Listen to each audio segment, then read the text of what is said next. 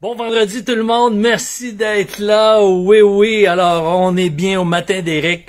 Je vous ai pas oublié. Merci, c'est vraiment le fun que vous soyez là. Je reçois de plus en plus de commentaires et puis de bons commentaires. Ah, ça me touche beaucoup. Vraiment, là. Je sens que je contribue au bonheur, au bien-être de plusieurs personnes. Et savez-vous quoi? Moi, je fais partie d'une communauté et dans cette communauté-là, il y a plein de gens qui contribuent à mon bonheur.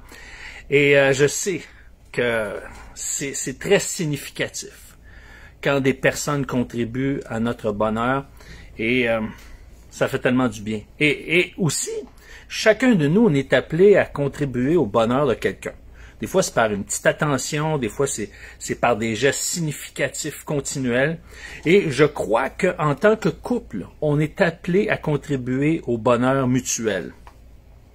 Mais souvent, des femmes, des conjointes, des épouses vont se donner, vont contribuer, je dirais massivement, vont contribuer énormément, abondamment, avec énormément de cœur, pour contribuer au bonheur de leur conjoint et de leur partenaire. Alors, la question qu'on est en droit de se poser, c'est pourquoi les hommes se donnent-ils moins dans la relation? Pourquoi les hommes vont moins se donner dans la relation? On est à notre 3e capsule sur le sujet. Donc, partie 3. Tout simplement, la réponse, c'est tout simplement parce que les hommes donnent lorsqu'on leur demande. Les hommes donnent lorsqu'on leur demande. C'est pas habituel pour une femme de demander, puisque lorsqu'elle voit le besoin, elle répond. Alors, pour elle, c'est tout à fait évident, il y a un besoin. Pourquoi il se donne pas? Pourquoi il faut attendre que je lui demande?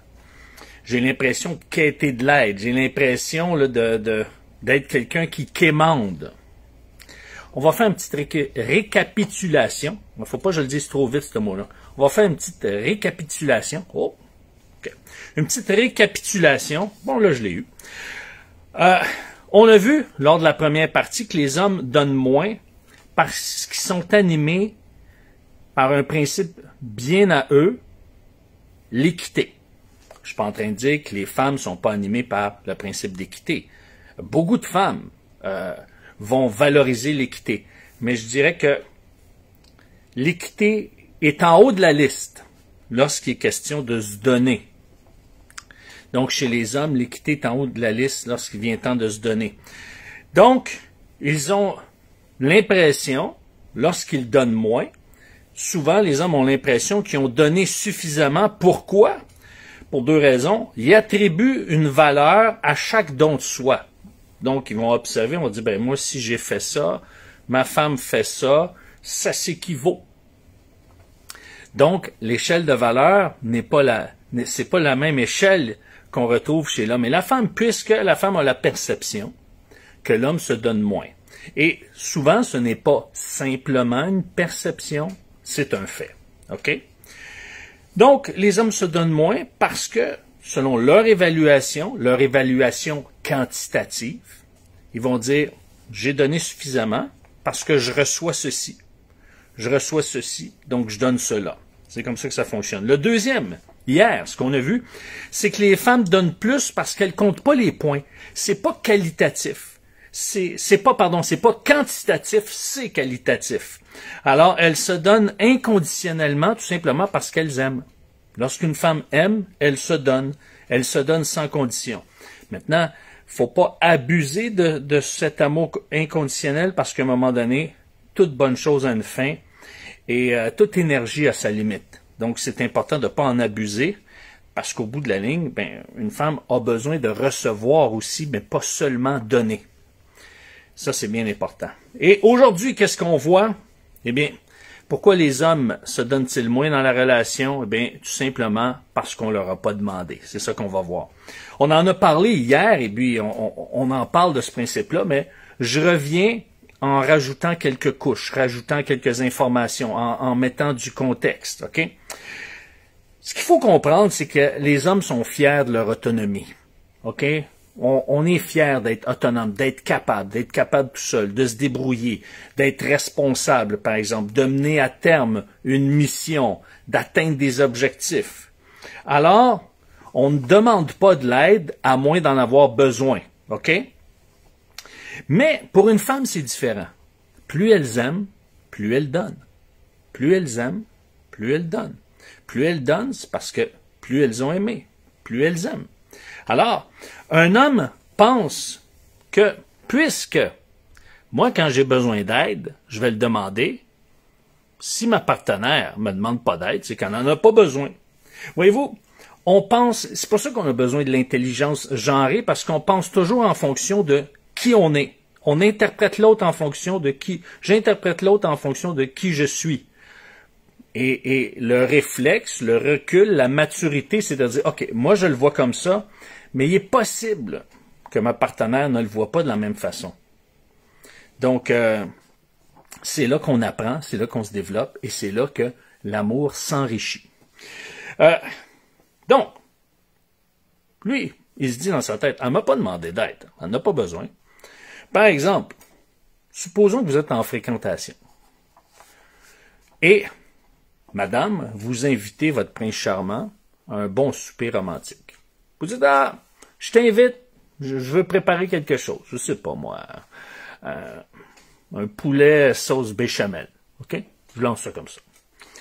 Alors, il arrive, il s'installe. Bon, veux-tu quelque chose à boire? Oui, oui, merci. OK, la conversation est intéressante. Là, madame commence à sortir les aliments sur le comptoir. Elle coupe tout ça. Lui, il la regarde. Puis, il dit, il va même demander, je peux-tu m'asseoir? Puis là, il s'assoit. Puis, il la regarde tout faire. Tout préparer, placer la table. Puis là, lui, il est assis confortablement. Il se dit, ah, pas besoin d'aide. Puis, dans le meilleur des cas, il va dire, hey, tu veux-tu que je t'aide? Elle va dire, non, non. Là, c'est parce que une femme ne veut pas se faire demander si elle a besoin d'aide. Elle veut que tu sautes, tu mettes le tablier, tu sautes dans le tas puis tu l'aides. Parce que chez les femmes, c'est comme ça qu'ils fonctionnent. Hey, tasse-toi, je m'en viens t'aider. Ben, ils disent pas ça comme ça, là. C'est une figure de style. Mais en voulant dire, ils s'en viennent, ils voient, bon, il y a un besoin, je suis là, j'ai deux mains. On est de toute façon ensemble, on va le faire ensemble. On le fait ensemble.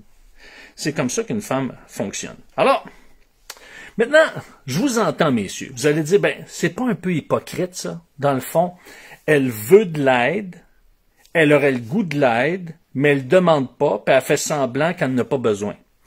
C'est pas comme ça que ça se passe chez une femme. Si tu l'interprètes comme ça, c'est parce que peut-être t'as pas une compréhension exacte de ce que c'est une femme. C'est que elle se dit, elle n'est pas dans l'hypocrisie de la chose. C'est vraiment pas ni dans son intention, ni dans son imagination. C'est pas dans cette optique-là qu'elle va vivre la situation. C'est vraiment, mais je comprends pas. Moi, quand je vois un besoin, je réponds. Comment ça qu'il répond pas? Alors, ben, je veux pas le forcer, je veux pas aller contre sa volonté, mais c'est ça que je désirerais. Alors, voyez-vous que c'est pas de l'hypocrisie, là. C'est pas que vous pouvez pas dire, ben, t'es malhonnête. Tu me l'as pas dit. C'est de pas tenir compte de sa réalité, de penser comme ça. Alors ça, je voulais amener cet élément-là parce que si jamais ça venait à votre esprit, c'est important de pas aller là. C'est vraiment important.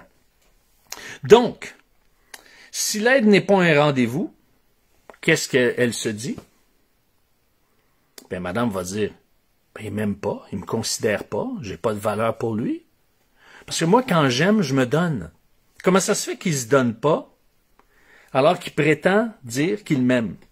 Alors, il y a une équation comme ça qui se fait, et c'est là que peut naître, par exemple, de la rancœur, du ressentiment, etc. À la longue, à force de l'accumulation, évidemment. Alors, mais, qu'est-ce que l'homme pense, dit? Ben, si elle ne demande pas, elle est satisfaite, elle est heureuse. Si elle ne dit rien, tout va bien.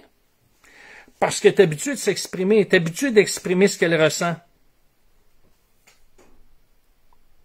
Mais, ici, elle ne s'exprime pas parce qu'elle dit, ben, je veux respecter son choix, mais c'est pas sans me faire de la peine. c'est pas sans me décevoir, c'est pas sans... ça me laisse pas indifférente, en tout cas. Ça, c'est clair. Alors, lui, ce que l'homme attend, tout simplement, c'est des indices, des signaux. Le plus clair possible, parce qu'on se l'est déjà dit, un homme, ça n'aime pas deviner ce qu'une femme pense, ce qu'une femme ressent, et ça n'a pas la capacité de le faire, du moins, ça n'a pas la capacité de le faire aussi bien qu'une femme, parce que le cerveau de l'homme n'est pas développé de la même façon. Alors, l'effort que je mets au travail, par exemple, en tant qu'homme, si j'ai un travail, bon, on peut plus dire maintenant si j'ai un travail à l'extérieur, parce qu'il y a tellement de gens qui font du télétravail, mais si j'ai un travail à rémunérer, et moi, je calcule, quand je dis moi, là, c'est au sens générique, un homme va calculer sa contribution au travail et l'effort que ça lui demande comme faisant partie du don de soi dans la relation familiale, dans la relation de couple. En d'autres mots, oui, son travail peut-être peut lui demander 37h30, 40, 45 heures de temps, mais si son travail est très exigeant mentalement ou s'il est très exigeant physiquement, il va ajouter là-dessus en disant « Je fais pas seulement travailler », parce que sa conjointe va dire « Ben moi aussi je travaille, mais moi je travaille plus fort que toi. C'est plus exigeant. Quand j'arrive à la maison, je suis plus vidé que toi. » Et donc, il ajoute ça en disant « Ben ça fait partie de la contribution. » Voyez-vous, l'homme recherche l'équité dans sa perspective à lui, évidemment. Alors, c'est pour ça que, mesdames, ce qui est important, c'est de demander comme un souhait, comme un désir, puis de le remercier comme si c'est un grand honneur qui vous ait aidé. Vous allez dire, ben, c'est pas un peu exagéré, là, c'est quand même pas un seigneur, c'est quand même pas un roi. Mais si vous voulez développer une relation harmonieuse et vous voulez avoir votre conjoint qui va développer cet art-là de vous faire plaisir, de répondre à ses attentions, de contribuer, c'est la façon de faire. C'est la façon qui fonctionne et c'est la façon que vous allez voir votre conjoint non seulement agir selon votre désir, mais il va le faire de bon cœur et avec joie. Et c'est ça que tout le monde veut dans le couple. Hein? Messieurs, par contre, n'attendez pas qu'elle vous le demande et ne demandez pas si elle a besoin d'aide. Allez-y, aidez-la. Voici, OK, elle est en train de couper, par exemple, les champignons en dés. Peut-être toi, tu les aimes mieux en tranches, mais elle est en train de les couper en dés, les champignons. Mais toi, à ce moment-là, occupe-toi de la salade, ou quelque chose comme ça. Dis, OK, maintenant, je vais m'occuper de la salade, d'accord? Soyez affirmatif. Et avec le d'accord, c'est que si jamais elle veut vous occuper d'autre chose, elle va le dire. Mais demandez-y pas, est-ce que tu veux que je m'occupe de la salade? Elle risque de dire non. Donc, je m'occupe de la salade. D'accord? Donc, à ce moment-là, elle voit que vous êtes intentionnel à agir, à contribuer. Alors, pour vivre l'harmonie, mesdames, demandez, donnez une date d'expiration et manifester de l'appréciation une fois que l'effort a été manifesté. Maintenant, il y a une petite notion que je veux préciser, parce que j'ai toujours dit, quand vous demandez comme un souhait, comme un désir, tu serais mon héros si tu ferais ça pour moi, vous donnez une date d'expiration d'ici la semaine prochaine, d'ici la fin du mois, etc. Quand il le fait, vous manifestez de l'appréciation pour l'effort. Et si, justement, il y a des choses à corriger, vous en reparlez plus tard, pas sur le fait. Mais quand je dis vous en reparlez plus tard, je vais amener une précision là, qui est très importante. C'est pas que vous ramenez vos plaintes plus tard. C'est pas ça que je dis. Par exemple, vous avez demandé de réparer le mur. Il fait du plâtre, ça sèche, il frotte, ça fait de la poussière par terre, il peinture, mais il ramasse pas la poussière. C'est déjà arrivé dans l'histoire de l'humanité qu'un homme a fait ça. Alors, vous le remerciez. Hey, merci, t'as fait dans les délais prévus, t'as réparé le mur. Ah, t'es donc gentil, merci, ça me fait plaisir. Mais là, vous ramassez la poussière, puis vous êtes, moi, là, j'aurais le goût de dire, ouais, mais tu pourrais pas finir ta job, etc. Mais là, vous le gardez. La prochaine fois que vous avez besoin qu'il fasse quelque chose dans la maison, vous arrivez pas à dire, je vais y dire plus tard dans 2 semaines. Là, dans 2 semaines, dire, Hey, est-ce que tu pourrais m'aider à nettoyer les armoires, par exemple? Puis là, vous n'arrivez pas puis dire, ben là, quand tu vas avoir fini, je veux que tu sers les assiettes parce que l'autre fois, tu as laissé traîner. C'est pas que tu rapportes à plus tard la plainte. C'est que là, tu viens de te rendre compte que tu n'as pas donné des consignes suffisamment précises. Alors, la prochaine fois, sois simplement plus précise. Maintenant, peux-tu m'aider à nettoyer les armoires et à resserrer les assiettes, les bols, tout ce qui a été sorti par la suite. Donc, c'est de revenir en ajoutant des détails et non pas en reprochant. C'est pas, comme on dit en anglais, postpone. C'est pas qu'on retarde la plainte. C'est qu'on réajuste notre communication plus tard. Parce que là, sinon, il va dire, ah bon, à chaque fois qu'elle manifeste de l'appréciation pour l'effort, la brique s'en vient. Alors lui, il va être sur ses freins, là. OK? Ça, c'est bien important si vous voulez tirer le meilleur de la relation et vous voulez une plus grande collaboration de votre conjoint. Alors, vous avez deux options.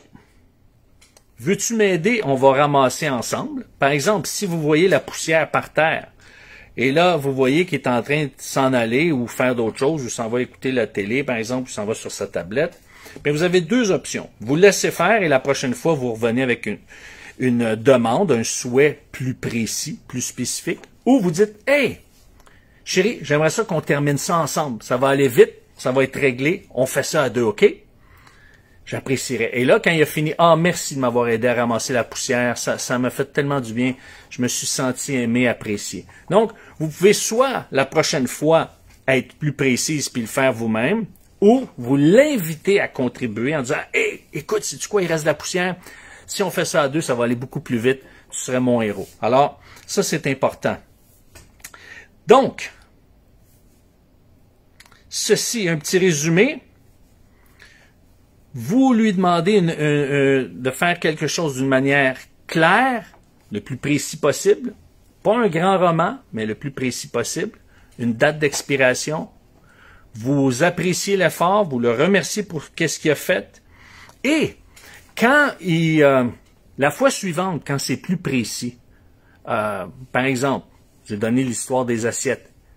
Il les a serrées parce qu'il a écouté la précision, par exemple. Ben là, vous le remerciez puis vous lui faites une petite faveur qu'il aime bien. Comme ça, il va dire « Wow, c'est bien le fun de contribuer au bien-être de ma femme. Il y a des dividendes. » Alors, n'oubliez pas, un homme, c'est comme un dauphin, ça carbure au poisson. Alors, si vous voulez que votre homme se donne de plus en plus dans la relation, bien c'est pour ça que je vous donne des moyens pour qu'il puisse contribuer davantage. Lundi, on va continuer sur cette série. Pourquoi les hommes se donnent-ils moins dans la relation? Mais parce que les femmes disent oui, même si le pointage est inégal. Alors sur ça, je vous souhaite une bonne fin de semaine. J'espère que ces capsules vont contribuer à de belles discussions, à l'harmonie dans le couple et à accroître votre bonheur conjugal, votre bonheur relationnel. Je vous souhaite une bonne fin de semaine et je vous dis ciao et à lundi.